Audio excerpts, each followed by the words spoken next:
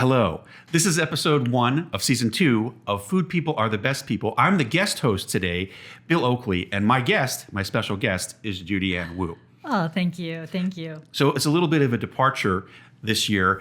We're starting out the season with me, a guest, interviewing the host, Judiaann, so you could get to know a little bit more about this podcast, its history, and your esteemed host. And Bill, you have been on season 1, so I feel like you're a little more familiar. Also, when I was thinking about who should interview I at the same time, I don't want to talk about me. I want to talk about you, but we're going to have you back on for a full interview. But, I don't know what it is. I've always had such affection for that Bill Oakley. I follow you on social media, and I love the fact that you post so many fun things about food, and it's very different from the content that I post, but I don't know. I think your audience is like my audience too, because I think that one of the things I talk about is that food people kind of get a bad rap because everyone, the word foodie. How do you feel about the word foodie? I can't stand it. I never use it, as a matter of fact. I think it's simultaneously infantilizing and snobby at the same time, which is a weird combination. Right. Yeah, I don't, when people, it makes me cringe. So that's why I call foodies, or that type of people, I call them food people, because food people are people who just love food, and that means all kinds of food. And so that means fancy food, that means street food, that means like gas station food, that means like anything. Yeah, I call myself a food enthusiast, and my club, the Judiaann Society, has that in its title, its extended title. But I think that's not a great title either, but it's a little bit less degrading than calling oneself a foodie. I like the fact that it's a society, because it sounds very like it's classy, exclusive. It gives a little bit of a sheen of classiness to a bunch of people who like to talk about Taco Bell. I get a vision of you guys all standing around with your ascots and little pocket squares and stuff like that, right? It's a good thing that I used society then. All right, yeah. I think for your holiday card, everyone should dress up in their velvet evening jackets, and you send out a holiday card from the Judiaann Society. That's a wonderful idea. See? But we're here to talk about you today. Oh, okay. So, obviously, most people who are listening to this podcast will already be familiar with you to some degree. But for those who have just stumbled upon it, who are you and what is it you're doing? What do you do? What have you done? I don't know. Tell us the whole thing. It's so difficult to describe myself. And so I think part of the reason why I've had such a hard time describing what I do is I do a lot of different things, and people know me from different things. So depending on how you know me or what avenue that you were introduced to me, that's how they know me. And so I think during the pandemic, when everyone was stuck at home cooking and stuff like that, it was very funny to me that I would post like my family dinners, and I would get comments like, "Oh my gosh, you know how to cook." Because they only see me eating in restaurants, because the content that I would normally post on social media were like really kind of promoting my friends' restaurants and things like that. So I don't think people understand that I have a full culinary background. Right. People get a glimpse of that a little bit on your social media, but you actually have a professional background, and you continue to work professionally. You've given me tantalizing hints about this over the years. So tell me about your time in New York when you first got into this realm. Well, I did go to culinary school. I went to the French Culinary Institute, which is no more, but at that time it was like the hottest place to go. It was where either you went to CIA up to upstate, or you went to the French Culinary Institute, which was in Manhattan. And it's where David Chang went, Christina Tossi, Dan Barber, Bobby Flay, bunch of great chefs. And the nice thing about the French Culinary Institute is it attracted this kind of very hungry person who wanted to work in the industry, because it was very expensive to go. And so they didn't get people like right out of high school. They got people who already had a bachelor's degree in something else and who were just very motivated to work in food. And that's where I went to school. I graduated first in my class, and I worked in pastry. But I also studied culinary. What did you do before that? What did I do before that? Well, when I went to New York, I went to New York first because my boyfriend at the time got into NYU Film School, which is super difficult to get into. Yeah. They accept 20 graduate students a year, and he was one of them. So I was just super excited to live in New York. I'd always wanted to live in New York, and I went there and I worked in fashion. I worked in fashion for like the first year, and then I worked in film. So I worked in film, I worked in development. So with my writing background, and I love movies, I would read scripts, and I was the first person I would be the first person to read the script and decide if it would move on. Yeah. So I would say, I'd basically write a book report for the script. I'd Yeah. say, oh, the good things, the bad things. And I'd say, it's good, but it needs more funny, or good, but the dialogue is really bad. Yeah. So I did that. And then in searching for like your passion, right? I was trying to figure out what my passion was. Ultimately, it came down to like food. I'd always been obsessed with food since I was a kid. I love food, love talking about food. And I thought, well, I want to work in the food industry. I don't want to be a chef, but probably be a food writer. But I feel like I need to know my craft in order to write about it. So I went to culinary school. And then so then jumping ahead, so then but you did become a pastry chef. I did. And you worked in various fancy restaurants. Yes, I worked as a pastry chef specifically. I did the full culinary program and I did the pastry program. But I worked as a pastry chef very strategically because I knew that I would get to the point of executive pastry chef very quickly. Because if I worked in savory, I'd be like stuck in Grand Manger for like good 5 years, making salads. So it was strategic to do pastry because I wanted to basically get to the point where I can develop my own menu, create a name for myself, and then get out of the industry as far as like the day-to-day grind of working in a kitchen. Right.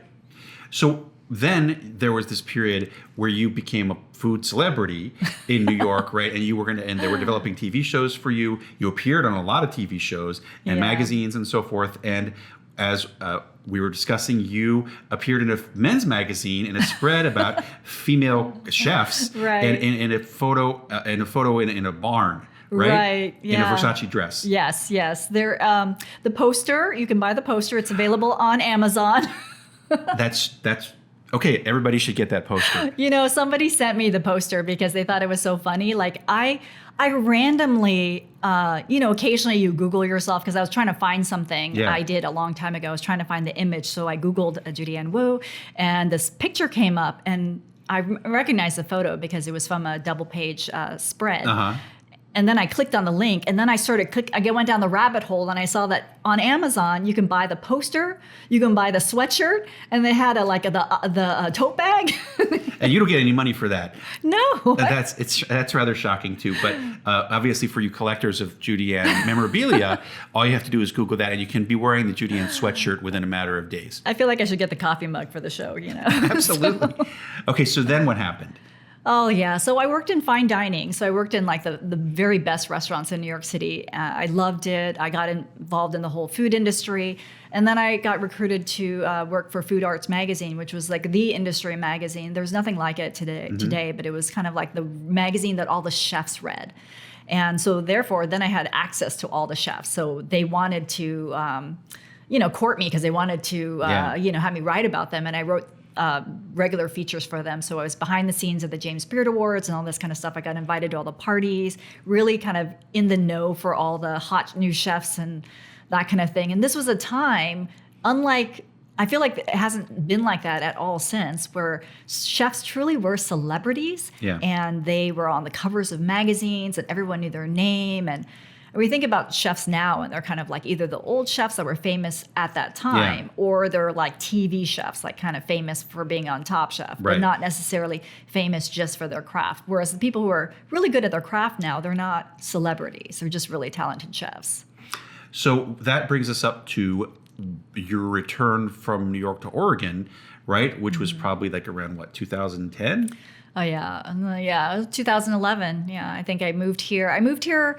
So at that time, I was vice president of a company called EC, and so they're that company. If you go to Starbucks and you order whipped cream, it comes in that stainless steel siphon, right? So I was their vice president of culinary development, and people knew me because I talked about everything but whipped cream. So this was the era of molecular gastronomy. So I worked with the most avant-garde chefs to come up with new ways of, I would say, if you can whip it up, if you can dream it, you can whip it up. If you dream it, that kind of thing. So aeration, foaming, carbonation, like kind of really cutting edge technology using pressurized gases. And so I became like the go-to person for all the chefs around the country. If they had a problem, they wanted to figure out how to, aerate something or how to carbonate something, I would send them tons of equipment and help them problem solve. And then that was... And I did that here. You did that here. So I lived here, but worked there. And so I would go back to New York every month for a week. But at that time, my partner also, he's a commercial photographer. He worked in New York too. So we would go back and forth. Basically, one of us would stay here and the other one would go to New York. And so for the first year that we lived in Oregon, we both worked in New York. And eventually one of us had to get a job in Oregon. And so I started working for Travel Oregon because that's another big passion of mine is travel. And so, but I'd never worked in travel before. But it was a time where Oregon, everyone was talking about Oregon food scene, wine, beer, and not just saying, we live here, we say Oregon food is great, but they needed somebody who could talk about Oregon food in relationship to the rest of the world. Yeah. When we say our Pinot Noir is on par with French Burgundy, like truly somebody who understood that and had a little bit of credibility when they said that. So that's why they didn't hire me, by the way. Yeah, so that's what I did. And so that I feel like many people here in Oregon know me from my role at Travel Oregon because I ran all the media relations and things like that. Are you still working there? No, but I do projects with them from time to time. And it's- I love them. They're a great group of people. Well, that sort of transitions us to more of the present day, Judiaann, which consists a lot of it. I mean, most of us know you probably from your social media, and it does seem like you travel a lot, and you obviously are still working in some capacity for Travel Oregon. But what's your job? What do you do? Well, my day job, what I do on a daily basis is I'm a marketing consultant. I work with brands and I help them, reach new audiences, whether it's brand marketing, social media, PR, anything like that. And then I also do a lot of social media strategy. I manage a bunch of social media accounts here in Portland.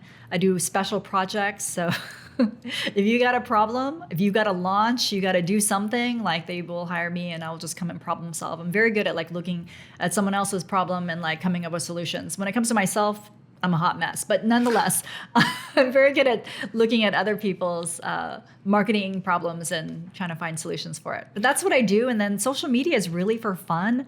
I mean, obviously, I do make money off social media. Off other people's social media? Well, no, I make money. I get paid to create. Off your social media? I got to get into that racket. You don't get paid for your social media? I usually just get free stuff. I don't get any cash. But so no, I get pizza ovens and liquor and frozen pizzas and stuff, right. But I'm not getting any folding green. I have to talk to you about that. Well, yeah, you have to negotiate that kind of thing. But you are obviously very influential. And so that's the thing. I mean, I only promote things that I truly believe in and I love. And also if it's a great experience. So like a lot of the travel I do will be like family travel. So if my kids can have a really fun experience, then honestly, it doesn't matter to me if I get paid for that. This is a question that I have about your social media. We often see, those of us who follow Judiaann often see you in exciting situations like you're snowboarding or you're driving a tractor or you're at the symphony or something. And it always occurs to me, who's taking those pictures? I know, it's a big question, right? Everyone wants to know. Is it a secret? Well, it's not a secret. I mean, usually it would be my boyfriend at the time. I do not have a boyfriend now, but everyone wants to know. And I don't know. I've intentionally kept that person a little bit hidden. Right. Because you never know if you reveal somebody how long they're going to stick around, and that's the thing too. Right. So, so it's not your kids taking the pictures? Oh, my kids actually do take the pictures oftentimes. So if I'm on a trip with my kids and there's a picture of me, my kids took the picture. Okay. And they're good photographers. Or are you editing the photos after they take them? No, they're actually very good. So their father's a photographer. Their mom, they're seeing their mom take pictures all the time. They don't own phones, but my daughter now she just got a phone. Your food photos always look so much better than everyone else's, and you're just using an iPhone, right? I'm just using an iPhone. But are you editing the photo? How are you making them look so good? Well, I think first you need to start off with a good picture, so you need to have good light. Yeah. So I intuitively. Do you carry on one of those lights? I do have a light. I have a lot of people have those LED lights. I don't. I actually have a professional light that has a temperature and has a dimmer. And so I do use a light for dark lighting situations because I want the food to really pop and shine. But most of the time, the food is shot just in natural light, and I just try to find the good light. I'm constantly looking for the best light. And people will say, oh, you look so good in your photo or whatever. It's just the light, honestly, because we all take terrible pictures. But I'm actually looking for the light when I take a picture, of people and that kind of in food. Same thing. But yes, just on iPhone, but composition is key. I do edit the photos, but I'm not editing. I don't use any filters or anything like that. I do teach some iPhone photography classes too. Oh, you do?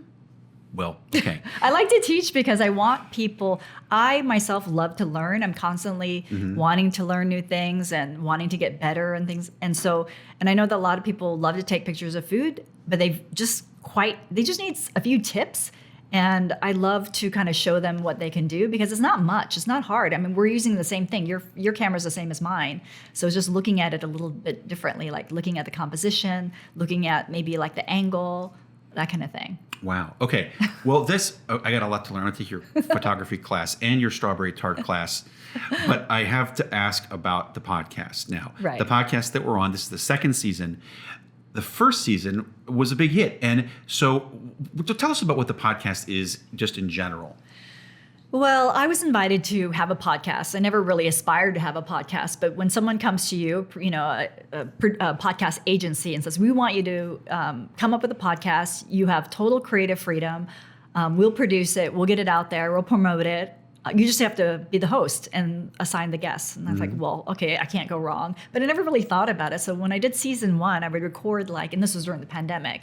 So we recorded my kid's bedroom, right? And there was no visuals. So I'd be like in this little corner of my kid's bedroom because, for sound protection. Yeah. So I'd like be in their closet with this one little microphone with my laptop. And I would record it and they could see me, like my guests could see me on the laptop. But other than that, it was pretty simple. But this, I feel like season 2 is, you can't see at home, but there's cameras, there's people here. So I feel like the stakes are a little bit higher, but I don't want to let anybody down. But a lot of people have asked me about the podcast. They wanted it to come back. And I felt like, maybe I'm at a time in my life where I can bring it back. I mean, when the podcast ended, it was like my relationship with the father of my children was dissolving and, I had to restart my whole life and it was kind of chaotic at the time emotionally and everything. And so I wasn't really in a place to do something like that, to put myself out there like that. So food people are the best people is the name. Everybody knows that because they're probably seeing it under this thing as they listen to it. But what's that mean? Well, it's from a Julia Child quote where she said, food people are the best people, are always the best people. And I would have to agree because I think there's something about people who love food. They tend to be like very generous people. And I say generous meaning generous with their time, generous with their spirit. They're giving, right? You see them and they're like, oh, have you eaten? Or, oh, here, you like this? Here, you can have it. Right. Like that's that type of person that I really like. And the idea of I wanted to do a show where it was just really the conversations that food people have. And we don't have to always talk about food. We talk about other things. But this, if you get 2 food people together, you can have a great conversation.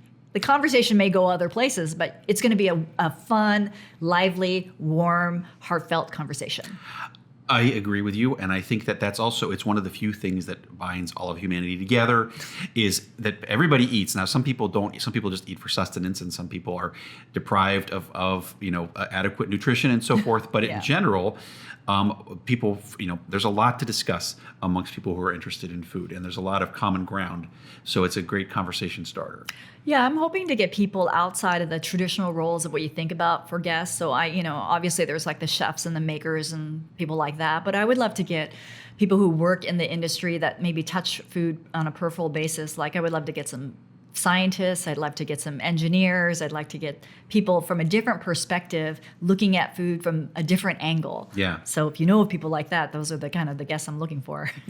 Absolutely. I mean, I find that very interesting too. And I've become friends with a fair number of chefs and food writers and things over the years of doing this. And we always have a blast.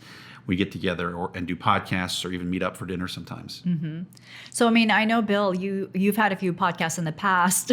Or how do you have any advice for me as far as podcasting? This is still quite new to me. It's only season 2. Don't get anywhere near Spotify or iHeartRadio or any other large company that will buy your podcast and fire everybody. Really? Yes, I can say as the victim of that happening twice, I would say that the homegrown nature of this, I think, is what's going to make it successful.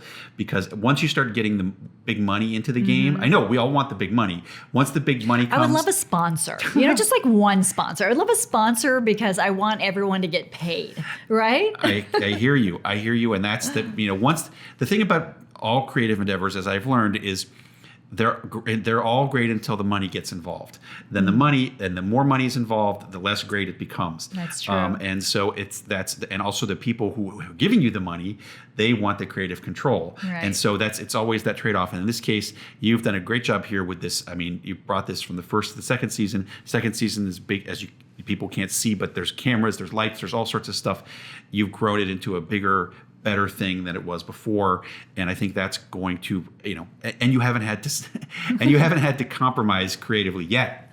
No, I have not. No, I haven't. But it's very much an evolution, and I hope my listeners will kind of evolve with me because, I want the podcast to be something that it's familiar, right? And they just maybe turn it on when they do their commute or they turn it on when they're getting ready. But I want it to feel like I'm their friend, and they turn it on and they just listen. And it's like sitting in on a conversation. Like they're a fly on the wall. They can hear myself talking to you, and I could be talking to somebody else. But it's just like being in a little, like drinking coffee, having conversations. I think that's admirable. And I'd say, as a person who's listened to a lot of food podcasts, many of them are really boring.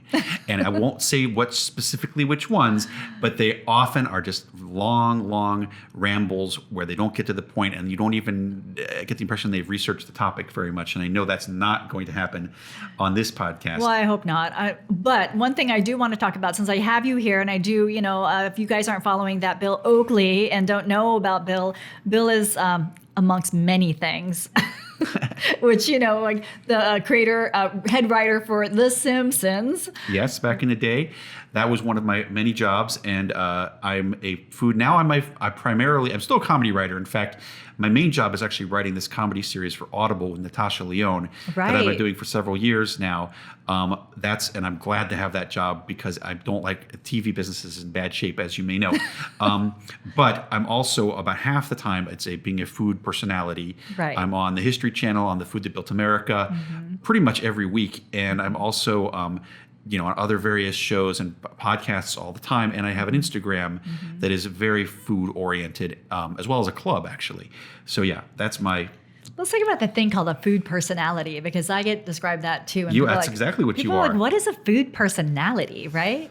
What Someone does that who mean? talks about food and puts it on Instagram. Yeah, whatever, but you're like your own brand, right? You're like your own brand. I do have my own brand, which is, if somebody aptly described once as elevated lowbrow food, which I think is true. It's like I cover fast food, but I also cover frozen food and just snacks. The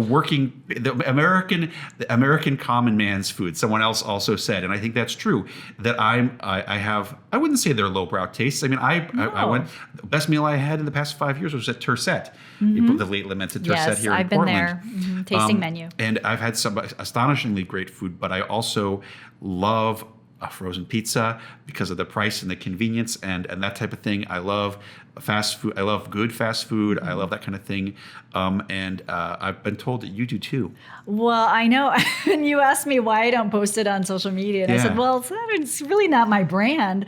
But I think that's true. I would have been shocked if you posted the Taco Bell cheese empanada. I did post. I think I saw in your post you talked about the Burger King crispy chicken sandwich. Yeah, right? In fact, they actually paid. I did get paid for that. You get paid. They paid me a fortune to use a clip from that review on one of their commercials. But they don't make that sandwich anymore. It was too good for them. It's too complicated. Too time consuming for their employees to make it. So they don't have that anymore. But yes, I am. When there's a good fast food item, I'm like, I want to go try it. Yeah, I mean, and that's what I love. I love your enthusiasm for that, and I hope that I hope that people understand that great food does not have to be fancy. It doesn't have to be expensive. I mean, that's why I love regional food so much. I know you love regional foods. I do. That's been this year. I've been traveling a lot for work and for my old TV show. I've been on tour and I've had so much great regional food. That's actually become more of my brand this year than What do you like? food. What's your favorite? Oh my God. Well, certainly the best thing I had all year was the North Shore roast beef sandwich, which is only available in the suburbs of Boston, the North Shore. What makes it special? It's a weird combination of things, including a huge pile of freshly roasted roast beef with this Smithfield barbecue sauce, extra heavy mayonnaise served on an onion roll. And you wouldn't think that. It sounds weird. I think most people Is it hot or cold? It's hot. People would probably say, that sounds gross. Why would you put mayonnaise on roast beef or whatever and things like that? No. But it's magnificent.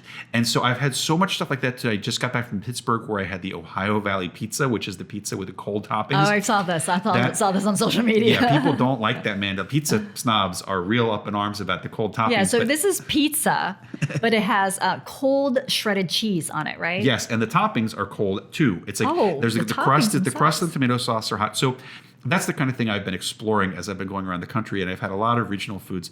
And in fact, I'm doing my first culinary event this fall as well in Texas, and we're going to be doing a regional foods of America thing. Me and the premier sausage maker in Texas have teamed up for this thing. It's going to be quite the event.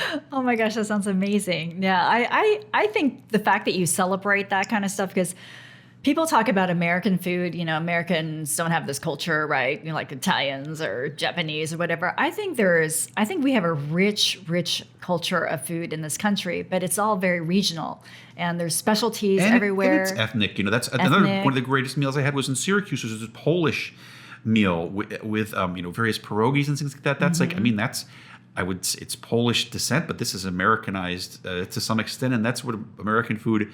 Some of the best American food is. It was ethnic food 70 years ago. Yes. Now there's an Americanized version of it, just very much like some of the Filipino stuff I've had in Portland. It's been somewhat Americanized, like the Filipino spaghetti, which I gather has an interesting history from World War II. I know, the banana ketchup and all that. I've never had it, and because I've never been to Jollibee, which is like the fast food chain that has Filipino food. When I have this deep desire to eat at Jollibee, I think I need to go to Washington or California. Yes, although as I told you, we're getting one here next year. I know. I'm super excited. Me too. I was trying to get my my niece to open up a franchise. I was like, you should So look into good. that. I love that food there. What's your favorite? The fried chicken dipped in the gravy with the spaghetti? It's the spaghetti. It's the Filipino spaghetti, followed by the mango. Is it the mango pineapple pie? Yeah, the pie. That's fried like the old school McDonald's deep fried pies. Right. Delicious. Oh, well, that sounds amazing. Well, hopefully we'll be able to get that in Beaverton. We'll go out, check it out together. So what should people be looking forward to this season on the podcast, and perhaps also on your social media? Oh, I don't know. My social media is just my social media. I don't know. I mean, I should probably put more effort into it. I really don't. I mean, we talk about people like growing their follower accounts and stuff like that. For me, I like having a smaller number of followers who are more engaged than a bunch of people just following the account and not engaging. Like, I feel like I really know my followers and they know me, and I don't ever want to lose that connection. But it is a wonderful platform. So one of the things I think about when I post something is like, because social media gets such a bad rap. People it's like very show offy, right? Look at what I ate, look at where I stayed, look at what I did. I'm so cool. Like, I hate that. I don't like it when other people do that. Right. But I try to do it to be useful. So when I'm posting something, I think, hey, I'm going to show you something that either I loved and I think maybe you will like. I'm going to tell you how you can do it too. Like, it's not exclusive. Like, you can actually go there and stay there and do these things. And I give them all the information so that they can do that. Or it's something where I post something and I'm sharing maybe something that I learned or something, my perspective on something. And I mean, like, one of the things I hate is I don't like to post pictures of myself at all, but I know from social media strategy, if you have a personal account, you need to show your face. Yeah. Like, you need to show your face like every, I don't know, like 6th or 7th post. You need to show your face. And so that's a recommendation that I would give to people. Like, on your page, you do that. But I mean, other people. That's just because I'm an egomaniac. No, it doesn't mean that I never at all. heard this before. No, it's very important that you show your face because it builds connection and people actually want to see you. And when they go, they also want to be able to recognize you when they see you at an event or things like that. So when people have these accounts that are personal accounts, I say, show your face. I know you don't want to. No one ever wants to have their picture up there like that. It looks so, like, look at me. But it's really about. I like having my picture up there like that. Well, I don't, but I'm trying to do more of that because I want people to feel connected to me so that when I give a recommendation or when I talk about something, and I want to be helpful. So generally, my whole point of view of having the podcasts, teaching the classes, sharing recipes, it's really like I want people to live their best life. Or I'm going to steal Oprah's little catchphrase, to live their best life, because I feel very fortunate in that I get to do lots of fun things, and my life is very I mean, it truly, like, my work doesn't feel like work. And there's very few people who can say that they love what they do and are able to make a living doing what they do. And so I feel very fortunate in that regard. And truly, my life and my work, you really can't see the difference between my personal life and my work life. But yeah, I try to be helpful and I try to be useful. And so the podcast, the social media, the work that I do to help brands and help small businesses and things like that is because I want people to, reach their dreams and live their best life and eat the good food and go on the good trips and, learn something in the process. So is your social media, does it have elements other than the Instagram?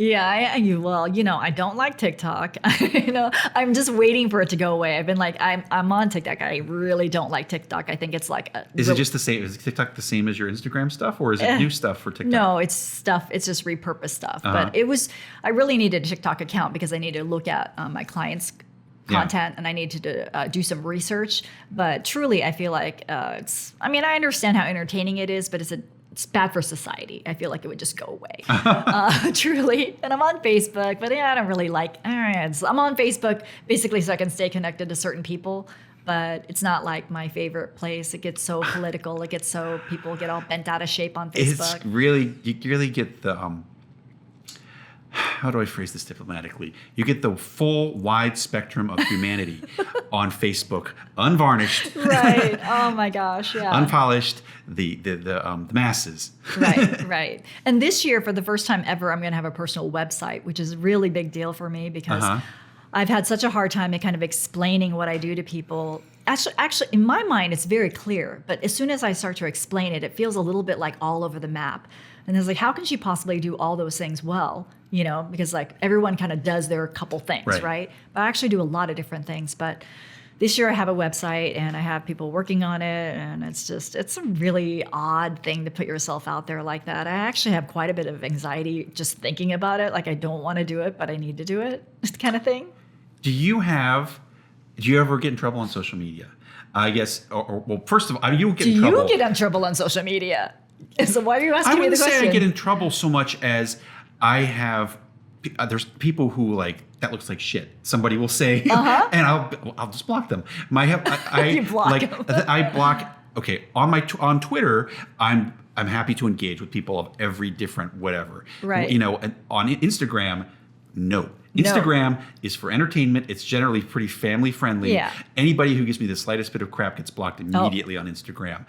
And that's been my policy since day one. If you want to debate me about stuff, either do it on Twitter or pay me money to be on my Discord on the Steamed Ham Society. And we'll go all day long about the cold toppings on the pizza. But you're going to have to pay me $5 a month to be on there. On Instagram, no. This is a family-friendly account that is for enjoyment of food. It is not for you to vent your opinion. You're blocked. That's why I like Instagram. It's pretty much photo-based, photo and video-based. It's pretty, it's not really meant to be controversial or provocative, But no, I actually feel very lucky in that I have not had any real haters. Well, I know some of our people, I would say, sorry to interrupt, but reason I brought that up is I know some of our fellow Portland food posters have had have taken a lot of crap from the public for various things. They do. And I feel very fortunate that I've somehow evaded all that public scrutiny. So I'm not particularly controversial either, too. And but I have not. I get strange DMs all the time. I get a lot of marriage proposals and things like that on my DMs. But that's about the extent of the weirdness that I get. Everybody's really generally very nice. And one thing that I tell people is if you see me out in the wild, please stop me and say hello because I genuinely really love to meet people who are following my page because I see them because their handles. I saw you in the wild once. You did? Did you say hi? Nope. I was too Did embarrassed. You know me? I knew you from Instagram. I saw you at Uwajimai at the bookstore at Kinokuniya in Beaverton. Yeah. You need to say hi. So I tell people, always say hi to me and because I genuinely want to meet the person because oftentimes their handle is not their name or anything. Yeah. So it's just like a thing. And a lot of people don't post their face. So it's not like I'm going to recognize who they are, but people may know who I am. So I love it when people stop me and say, hey, I follow your account. And, can we take a picture together? I am no celebrity, but that little moment is so joyful to me. Well, Bill, thank you so much for being the first guest on season 1. You're the guest. I'm the host, remember. Oh, season 2. You, yes. Oh, yeah, that's right. You were. Right. Well, thank you, Bill, for being a guest. The guest host. Wait a minute. Of Thank your you, Bill, podcast. for being the guest host, right? The guest host, kicking off the season. Yes. I couldn't have imagined a better person to kick it off. Thank you. That's very flattering. It was a thrill to be here. And I will just say, if you're interested in following me, that Bill Oakley on Instagram, don't give me any crap or I'll block you. He'll block you. Also, if you're really interested, as I said, the Steamed Ham Society, named after a thing I wrote for The Simpsons back in the day, steamedhamsociety.com. We have a Discord, 24/7 food talk from all over America about everything from complicated barbecue recipes, fine dining, to lengthy debates about the new Taco Bell Cheez-It items. I love it. I love it. Thanks for coming on, Bill. Thank you for coming on.